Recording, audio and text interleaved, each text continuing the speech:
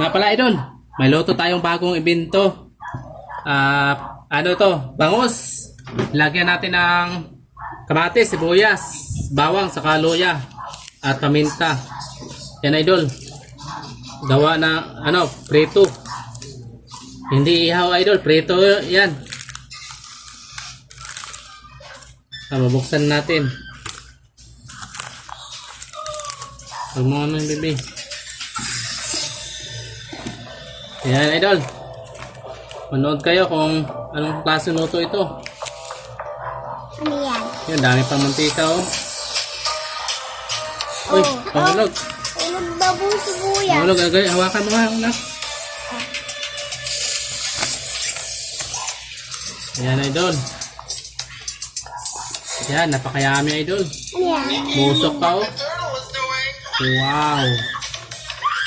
Eh, medyo